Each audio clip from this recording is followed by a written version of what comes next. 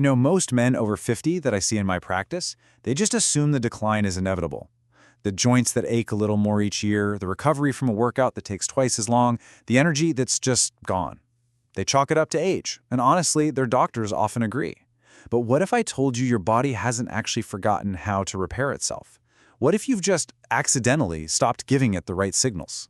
So let me ask you this. Think about the last time you truly felt recovered. I don't just mean rested, I mean genuinely restored. If that memory feels like a long time ago, what we're about to cover might explain exactly why. See, the biology of repair isn't gone. It's just waiting for the right signal. Okay, let's dive right into the science on this. Back in 2018, researchers at MIT made a discovery that, frankly, most of the medical community still hasn't fully grasped. They were looking at aging intestinal stem cells. These are the workhorses that repair your gut lining day in and day out. And what they found was just extraordinary. After only 24 hours of fasting, these old, tired cells doubled their regenerative capacity. They didn't just improve a little bit, they doubled it. Now, this is a critical point. It proves the ability to ramp up stem cell function doesn't just vanish with age, it just needs the right trigger. And this wasn't some one-off fluke. Just this year, 2024, Columbia University published a huge paper in the journal Nature. And this time, they were looking at a completely different system, the blood-forming stem cells that live deep inside your bone marrow. Their conclusion was just stunning. They found that a simple cycle of fasting and then refeeding could make old blood stem cells behave almost identically to young ones. So the science is all pointing in the same direction, to this really powerful idea. The potential for repair isn't lost, it's just suppressed, which leads to the obvious question, what is suppressing it? So if our repair systems are just sitting there, dormant, the research points to one main culprit. It's an enemy with a specific name, and if you don't deal with it, it will quietly sabotage everything else you try to do for your health. That enemy is called inflammaging. Now let's be really clear about what this is. This is not the kind of inflammation you get when you sprain your ankle. That's acute, it's helpful, it goes away. Inflammaging is the complete opposite. It's a low-grade fire, just smoldering in the background all the time. It produces no obvious symptoms, but year after year, it accumulates damage. The Columbia researchers identified this as the #1 driver of stem cell decline. So this is the point I really want you to get. The problem isn't that your stem cells are irreparably old. The problem is that the environment they're living in has become hostile. This chronic inflammation basically gums up the works, it degrades the machinery inside the cells, and it cripples their ability to do their job. The fire is literally in the bone marrow. And look, this isn't some abstract concept. It is measurable. If your high-sensitivity C-reactive protein, or HSCRP, is above 2.0, your bone marrow is operating in a hostile environment right now. This is not a standard test, so you'll have to ask your doctor for it specifically. It is the best way we have to measure that systemic inflammation we're talking about. Okay, so that's the problem. The great news is that the research also points to a very clear solution, and it's not about some magic pill.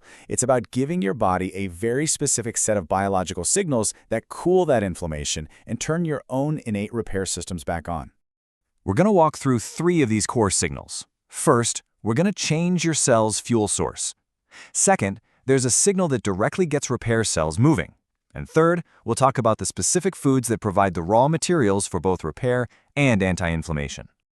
The first signal is what we call the metabolic switch. When your glucose levels drop, either from fasting or just cutting way back on carbs, your stem cells are forced to switch their fuel source. They start burning fatty acids.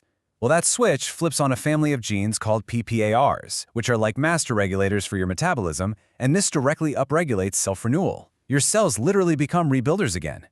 Now, I have to give you a very important warning here. While this mechanism is well documented in animal studies, the human data is still developing. But more importantly, if you take insulin or sulfonylurea medications for diabetes, you absolutely must not attempt fasting without direct supervision from your doctor. It can cause a dangerous drop in blood sugar. All right, now for signal number 2. And this is where we move from the lab right into human evidence. A 2016 clinical trial took a group of adults aged 50 to 75 and had them do a single 30-minute session of moderate aerobic exercise. The result? A 23% jump in their circulating vascular repair cells. These are the cells that travel through your bloodstream to literally patch up and maintain your arteries. And that effect was immediate and measurable. And that wasn't a fluke. A huge meta-analysis in 2022 looked at data from over 700 people and confirmed the effect size is 1.40. Now, in clinical research, an effect size over 0.8 is considered large. So 1.40 is, well, it's substantial. This is a very real, very powerful signal. But here is another critical warning. That same 2016 study found something else. In the adults who had prediabetes or type 2 diabetes, that 23% increase was almost completely gone. A high blood sugar environment is directly hostile to this repair pathway. So the takeaway here is crucial. Your metabolic health is an absolute prerequisite. You simply can't access this benefit if your system is inflamed and insulin resistant. Our third signal comes directly from your plate. Specific compounds in certain foods act as powerful molecular signals. Cysteine-rich foods like eggs and chicken give you the building blocks for a pathway that helps expand your intestinal stem cells. Sulforaphane from raw broccoli directly dials down inflammatory signaling. EGCG from matcha or green tea can influence stem cell gene expression.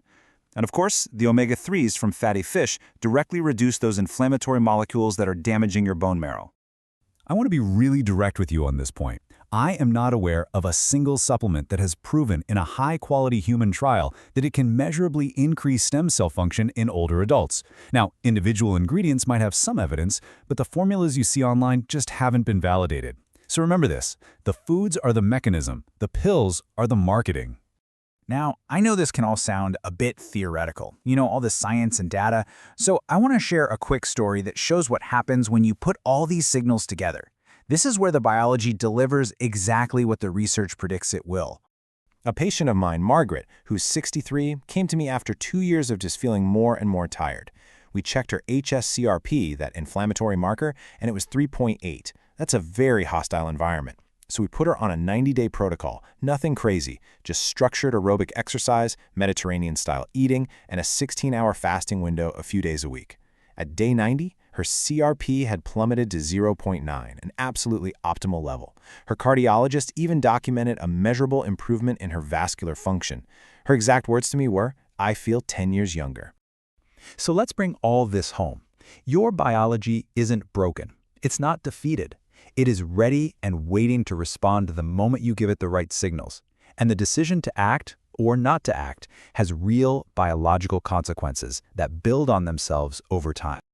After 28 years in practice, and after reviewing all of this research, I can tell you with complete confidence, the question is never, ever, whether your body still has the capacity to repair itself. That capacity is built in. It's part of your original design. The only real question is whether you are creating the conditions that allow for that repair. Are you sending the signals for rejuvenation, or are you sending the signals for inflammation and decline? The power to change that signal is and always has been entirely in your hands. And I want to leave you with one final thought. Every single week that you spend in a state of chronic inflammation, with these repair systems suppressed, is a week that your tissues are aging faster than they need to. And that cost isn't linear. It compounds. The research is clear. The protocol isn't complicated. The only variable left is you.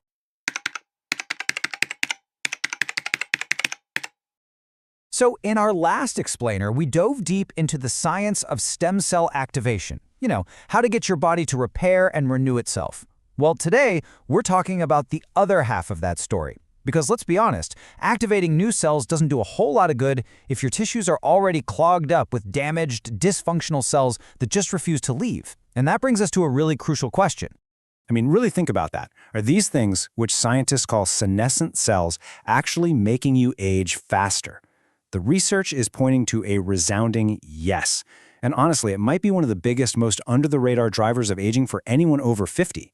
So what in the world is a zombie cell? Well, the nickname is surprisingly spot on. You see, every single cell in your body has this built-in self-destruct program. It's called apoptosis. When a cell gets too old or too damaged, it's supposed to flip that switch and get cleared out. But senescent cells, their self-destruct sequence fails. They stop dividing, sure, but they don't die. They just hang around, like unwanted guests. Now this is where it gets really destructive. These lingering cells aren't just taking up space. Oh no, they are very much active, and they're constantly pumping out a cocktail of inflammatory chemicals. And scientists have a name for this toxic gunk they secrete, the senescence-associated secretory phenotype, or SASP for short. You can basically think of the SASP as the weapon that these zombie cells use to wreak havoc on all the healthy tissue around them. And this analogy just nails it, doesn't it? It's not some big explosion. It's a slow, steady chemical leak happening inside you, day in and day out, poisoning the local environment for your healthy cells. And the damage from this leak is pretty extensive. As you can see, this SASP actually damages the healthy cells next door. And get this, it can turn them into zombie cells too. It's contagious. It also breaks down things like collagen, it messes up the clean environment your stem cells need to work, and it fuels that constant low-grade inflammation that scientists are now calling inflamma-aging. This is the stuff that shows up as feeling tired all the time, healing slowly, or having achy joints. Okay, so why does this all get so much worse as we get older? Well, when we're younger, our immune system has this elite squad of cells, natural killer cells, that are fantastic at hunting down and destroying these zombies. But after we hit 50 or so, that surveillance system starts to get a little sleepy. The cleanup crew slows down, but the zombies keep piling up. You do the math. But here's the really good news. We are not defenseless here. Not at all. Clearing out these cells is an active process, and it turns out that certain compounds in food can give your body's natural cleanup crew a massive boost. These amazing compounds are called senolytics. It literally means to destroy the old. And what's so cool is that they don't introduce some weird foreign process. They just help your body do the housekeeping it was already designed to do, but way more effectively. And here they are, the 7 heavy hitters. 7 powerful, evidence-backed foods that are packed with these senolytic compounds. And look at this list. We're talking about stuff you can get at any grocery store, not some crazy expensive, hard-to-find supplements. Now, what's absolutely fascinating is that these foods don't all work the same way. It's like a multi-pronged attack. If you look at this table, you'll see some, like the quercetin from red onions and fisetin from strawberries, they basically go in and shut down the don't die signals that the zombie cells use to stay alive.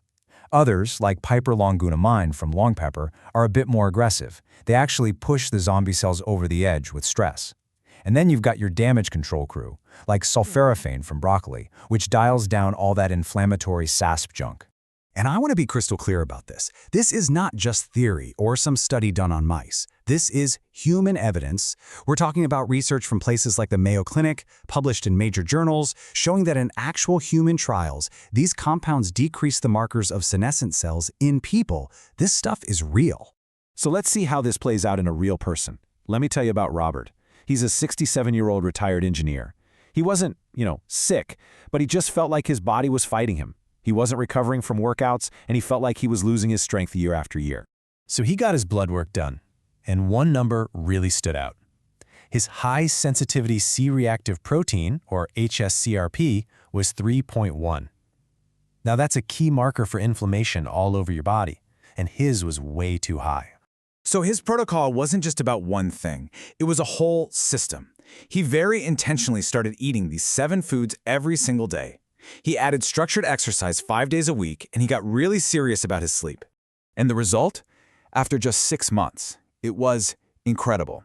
His CRP dropped from that dangerous 3.1 all the way down to 1.1. His other inflammatory markers plummeted, and his grip strength, it went back to where it had been 2 years earlier. The numbers don't lie. But this is the quote that really got me. When they asked him how it felt, he said, "It doesn't feel like a dramatic transformation. It feels like friction disappearing." Wow, that feeling of constant resistance, that grind, that's what a high zombie cell burden can feel like. And for him, it just melted away. Okay, so if you're thinking you want to give this a try, that's awesome. But there are 2 really common mistakes that people make that can totally sink their efforts. So let's go through them so you can get this right. First big mistake, thinking you can just pop a bunch of pills. The evidence for these commercial senolytic supplement blends is, frankly, very weak. If you're spending hundreds of dollars on supplements, but still eating a diet that's creating inflammation, you are fighting a losing battle. These 7 foods can't just be an afterthought. They have to be the foundation of this whole protocol. Food first, always. And the second mistake is expecting an overnight miracle. Look, it took decades for these zombie cells to build up. It's going to take some time to clear them out. This is a slow and steady process. That said, you can expect to see real, measurable drops in your inflammatory markers, like your CRP, in as little as 4 to 6 weeks if you stick with it. So trust the process and track the data. And this brings us right back to where we started, connecting everything to our last explainer on stem cells. You see, clearing out these zombie cells and activating new stem cells, they aren't two different strategies. They are completely and totally linked. Here's the whole game plan. Step 1 is clearance. You use these amazing senolytic foods to take out the trash, to clear out those inflammatory zombie cells. That leads to step 2, restoration. The environment in your tissues gets cleaned up. And only then, only when the coast is clear, can step 3, activation, really happen. Your stem cells finally have the clean space they need to do their job and repair you from the inside out. See? Clearance enables activation. So what's the big takeaway from all this? The science is showing us that our bodies have this incredible, innate capacity for self-renewal, way more than most of us over 50 have ever been led to believe. The key is to just stop working against our own biology and start giving it the tools it was designed to use all along. So the real question is, what's one thing you could do today to start clearing out that friction and making way for your own renewal?